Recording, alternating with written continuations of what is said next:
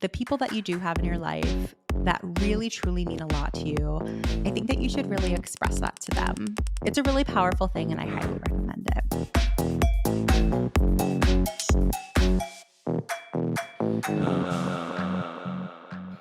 All right, kids, I'm back with a new episode this week.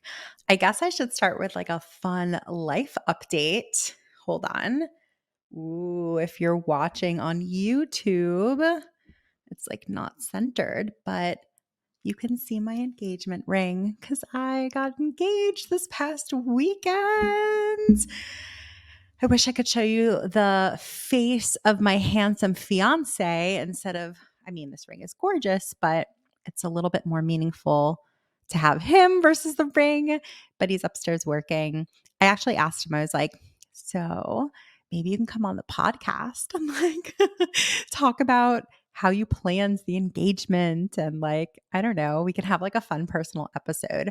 Like, he seemed open to it, you guys. So maybe we'll have that in the not so distant future. But yes, I got engaged this past weekend. I can definitely share more about that story another time. But yeah, guys, like I'm 36. Like I am no spring chicken. This will have been my first time getting engaged, my first time getting married. We definitely are taking the more modern approach in that, we've been together for like over 5 years. We already own a house together and we've been like trying to have kids for over a year now. So, while it was a little bit, I guess, of like a formality, I didn't want it to feel that way. And I definitely told him, I was like, please just make it special. And he hit it out of the park, you guys. Like he really, truly did. I will absolutely give credit where credit is due. I love you, Paul Hirschhorn. And thank you for making a really special evening. So, and then we told Zoe yesterday when she got back from her mom's. So, she's very excited. He asked for her permission. Is it okay if I ask Jesse to marry me? And she said yes. Thank goodness. Oh my God. Okay. So this episode is going to be I think it's fun. It's going to be a fun one, you guys. It's about 6 suggestions from moi to end the year off right. Okay. So I'm just very cognizant that it's like the end of the year. I'm recording this before Thanksgiving. This will come out after Thanksgiving holiday time. And I think that I can imagine a lot of you guys are in a similar place that I'm in, which is like, I'm trying to like assess, what do I want my 2024 to look like, to feel like? I thought, so 23 is my lucky number. And so I remember very vividly this time last year being like, 2023 is going to be my jam. Like, I'm just going to kill it. Well, I know I've mentioned a few things on this show about how, it was the exact opposite of that. It was like a really shitty year. But it's I'm excited for next year because it can't get any worse than this year. The engagement is hopefully going to parlay into, even bigger, better, wonderful things in 2024.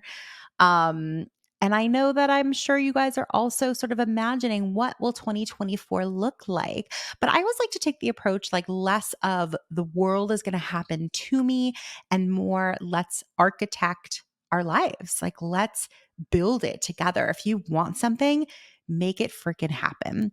So these are just 6 suggestions of things that I have found have like really improved my life, really made me feel good, and things that I want for you guys. Take them or leave them, but I do hope you consider them because I do think that they'll be helpful. All right, let's get into it.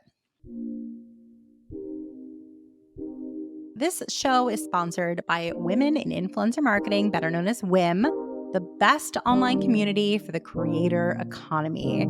You will meet fellow influencer marketers, you'll meet brands, you'll meet talent agencies to talk shop, get hired, and even find a mentor.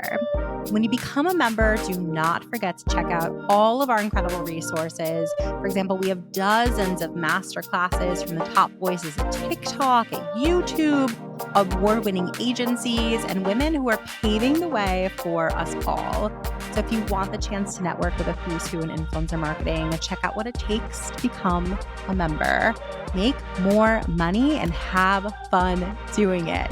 Visit iamwim.com/join. That's iamwim.com/join today. And I so look forward to seeing you more around the community. All right. So we are starting out hot with something very, I don't know, practical. Tip number 1, invest some money in the stock market. Okay. I know I've mentioned this a couple times before. I've never been really comfortable with like all things money. I think that I had like weird money things growing up, that like my dad made so much more than my mom, and I like went from house to house, and I think it left me like feeling really weird about money. I know I'm not alone. Like a lot of people feel weird about money. But I'm always one to really wanna, like, challenge myself. I feel like the more uncomfortable I am, the more I'm like, "Ooh, I gotta push through this." Like, "Ooh, I gotta figure this out." And so that was harder for me for money, but I definitely feel like I've made progress.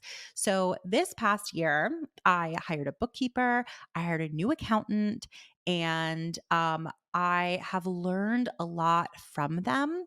And I'm not going to go into the specifics of that, certainly, but I think that the biggest piece of advice I can give you is like just exposing yourself to these things like the stock market and investing and, 401k and whatever. Like it will just make you feel more comfortable. And simply, if you have a better comfort level, you'll just you'll do it more and you'll get better at it. And it's all a process. So for me, I'm starting out in the place where like not comfortable with money. Like, what do I do with my money? I don't know. Mostly I think it was just me being in my own head and like just feeling insecure about it. That's probably the main thing I can convey. But this past year in particular, I like opened up an Ameritrade account and I started trading and I started making freaking money from it, you guys. I certainly am no expert. This is not going to be a conversation with like money advice because I'm probably the least qualified to give it. But again, just like putting yourself out there and like investing in your future is such a freaking powerful thing. We're all on the same journey to learn and to keep learning and to grow. And like, I'm not an expert and I freaking did it. So you can totally do it too. Ameritrade is fine. Like there are definitely other apps out there, but that's the one that I use. And I have made like a few $1,000s, like probably tens of thousands of dollars already.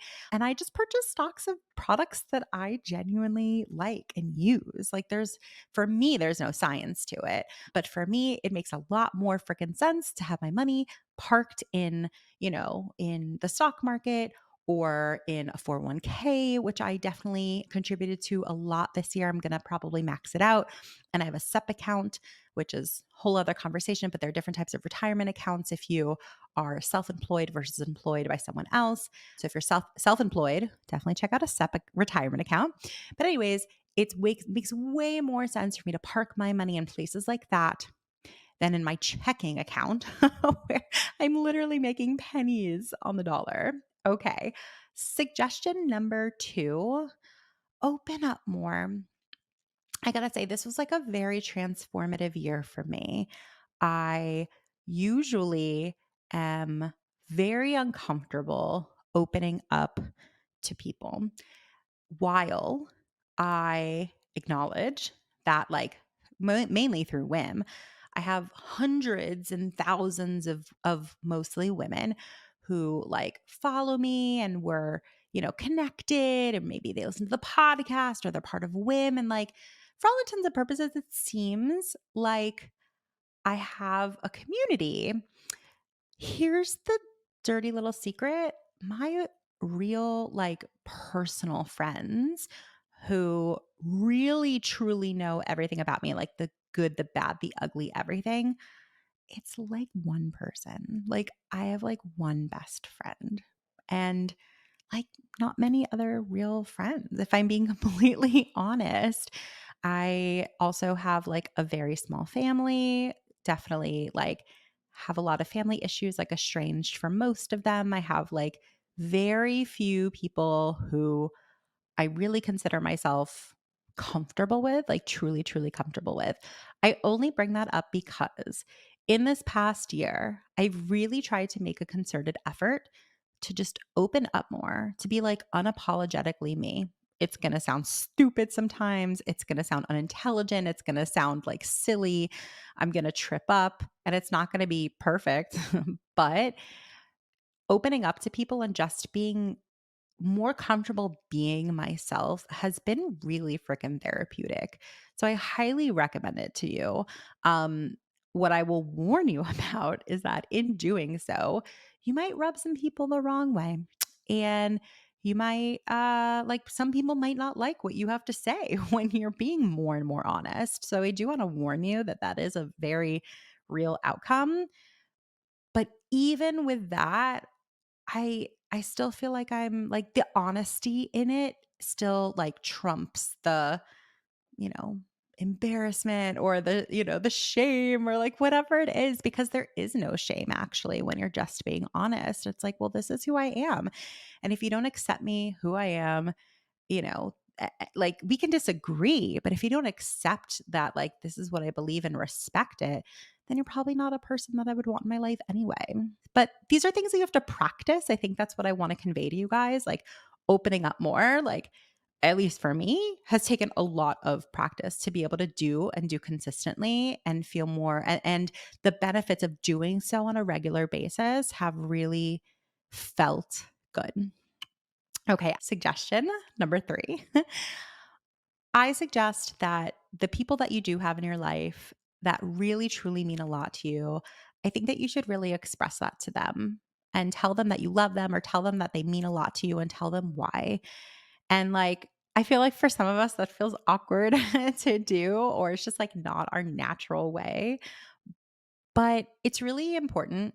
And you'd be really pleasantly surprised, I think, that by expressing those things to people who mean something to you, um, you build more trust with them and they'll say really kind, honest things in return.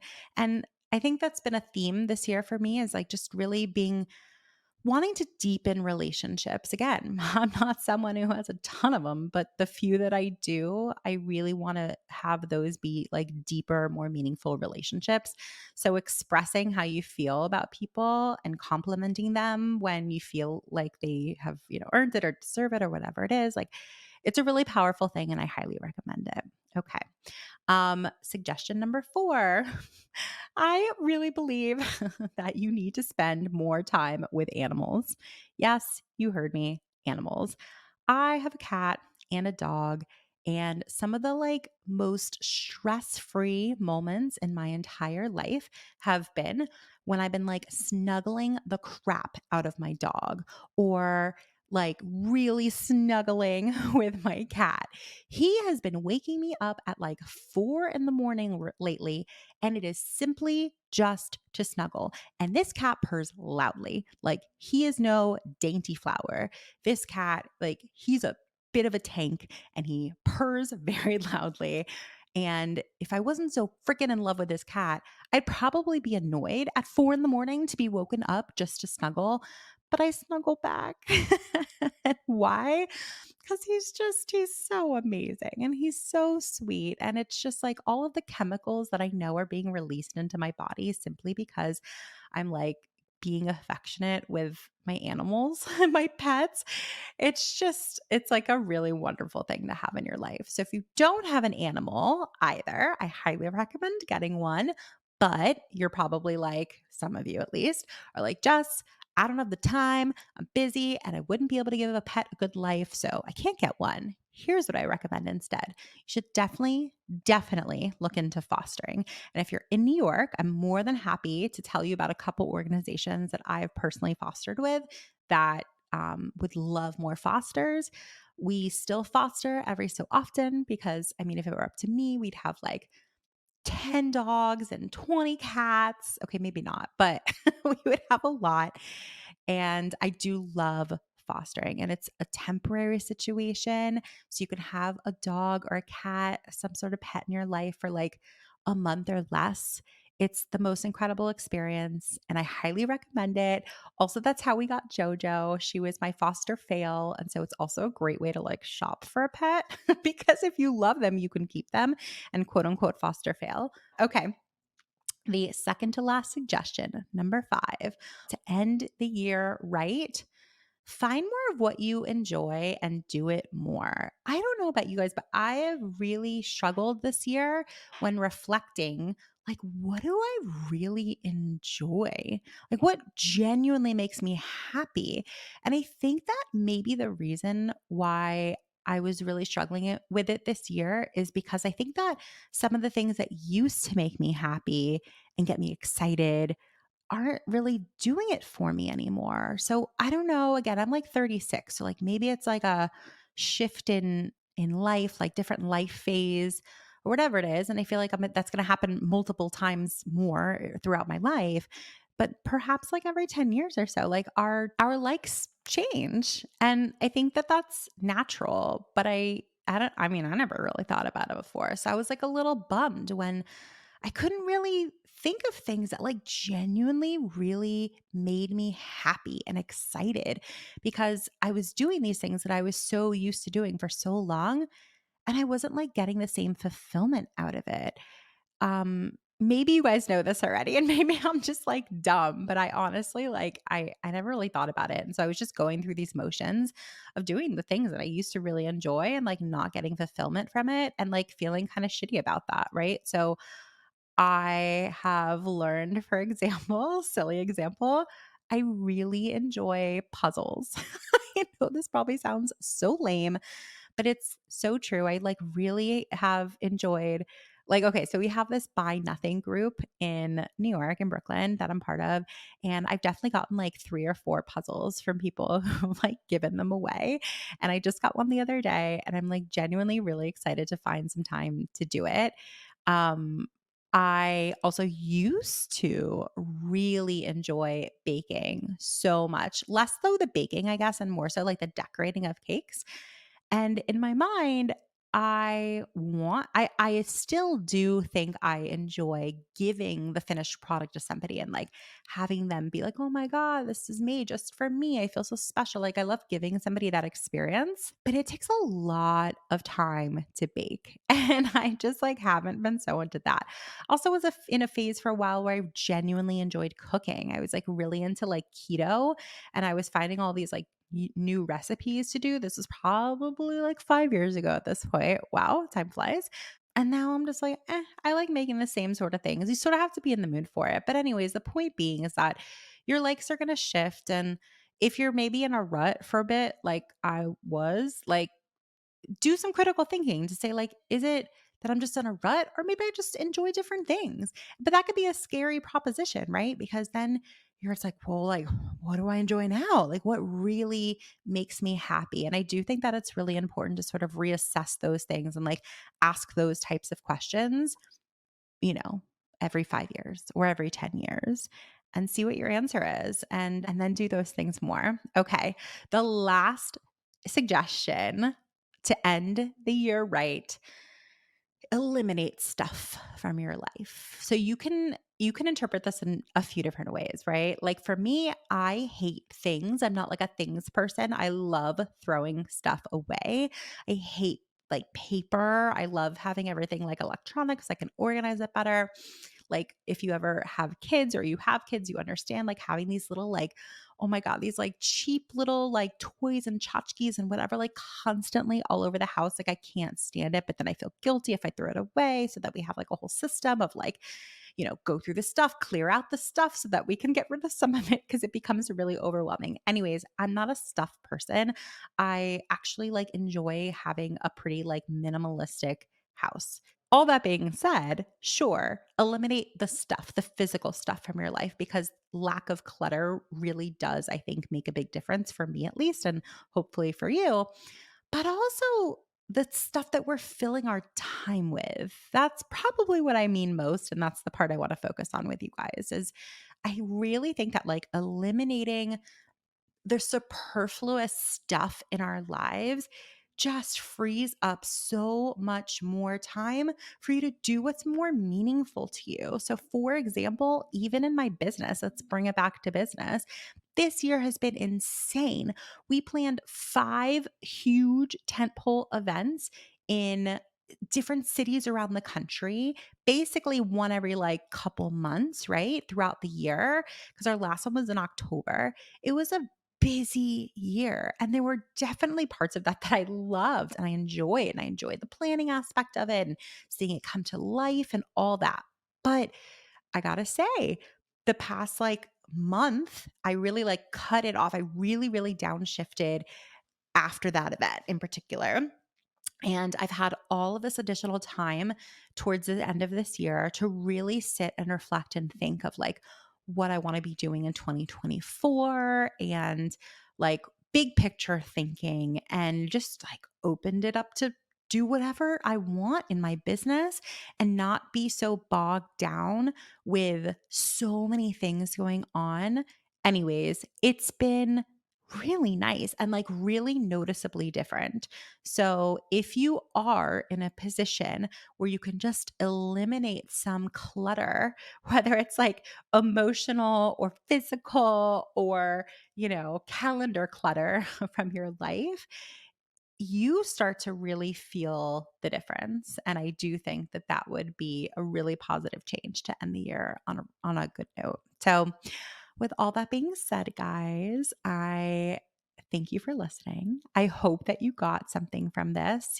Take some of it, take all of it, leave the rest, interpret it how you want. But I do hope that it helps you for the rest of the year. Speaking of the rest of the year, we do have one event that I want to remind you guys of. It's our annual State of the Union. We have it that it's happening virtually every single year. We did it last year as well. We have incredible panelists that are coming to chat with you, basically to reflect on how 2023 was and also make a lot of predictions and anticipate 2024. So our State of the Union is on December 6th at 1 p.m. Eastern. Very excited about it, and I hope you guys attend. For members, of course, it's always free. So I highly encourage you to check that out. I hope to see you there, and I hope to see you next week for another episode of the WIM podcast. All right. Take care, everyone. Happy holidays. If you enjoyed this episode, we gotta have you back. Check out our website for more ways to get involved, including all the information you need about joining our collective. You can check out all the information at iamwim.com. Leave us a review, a rating, but the most important thing that we can ask you to do is to share this podcast. Thanks for listening. Tune in next week.